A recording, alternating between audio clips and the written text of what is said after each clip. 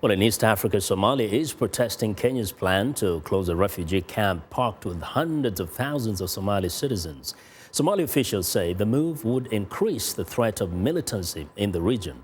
Kenya has announced that it is drawing up a timetable to close the massive Dadaab camp, despite pleas to reconsider the move by the United Nations and human rights groups. The vast settlement on the Kenyan side of the Somali border houses about 350,000 Somalis and other refugees taking shelter from conflicts raging across the region. Kenya says militants have also used it as a base to launch attacks. But Somalia's Ministry of Foreign Affairs says any move to close it would only hurt the refugees and possibly drive more people into militancy. Now, for more perspective on the possible closure of the refugee camps, joining us live via Skype from Nairobi is Mwenda Njoka, spokesman for Kenya's Ministry of Interior. Mwenda, welcome to Africa 54. Thank you, Vincent. Now, first, you've heard that, Somalia, of course, has protested against this move. Many people are saying, why now? Why now? There's no right time for some of these things. We've been hosting these people for the last 25 years, which is a whole generation. And they are come as a principal secretary, as a cabinet secretary, or the minister for interior said, there has to come a time when decisions have to be made. And the reason why we are doing it at this point in time is because we've seen, we had a tripartite agreement that was signed in 2013. It's coming to an end in November this year, and nothing much has happened in terms of moving these refugees. So the government decided in its wisdom to start moving them with or without international support. Question is, how realistic is this? I mean, you have hundreds of thousands of people. Where do you move them to, and how do you do it?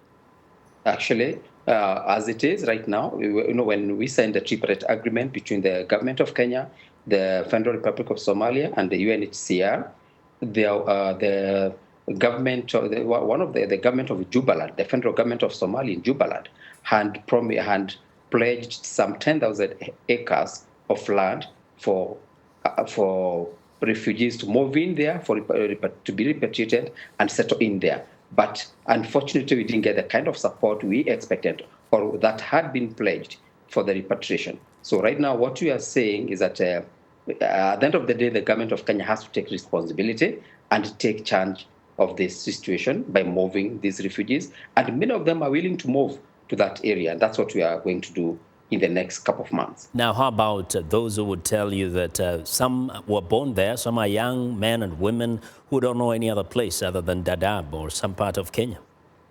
Vincent, if you have been, I wish you had been to Dadaab, but I'm sure you've seen images of that place. It's not a place, nobody wants to live in a tent, in a place that is desolate. It's completely, it's not a nice place to live, even for them.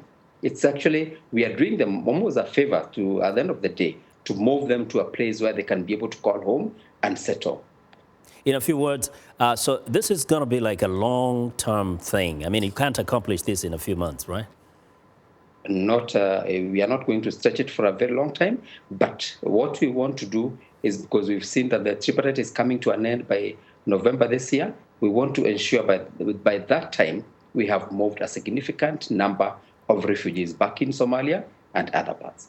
And the reasoning for this is because it has also been a security threat to the country. The refugee camps have been used as terrorist training grounds, as terrorist planning grounds, and also places where they have shares of arms. It becomes even difficult for us, even as Kenyans, security people, to go and visit the place without armored personnel carriers. Okay. Mwenda, thank you. We'll be watching closely as you implement this plan. Thank you very much. Thank you. Well, Mwenda Njoka is the spokesman for Kenya's Ministry of Interior.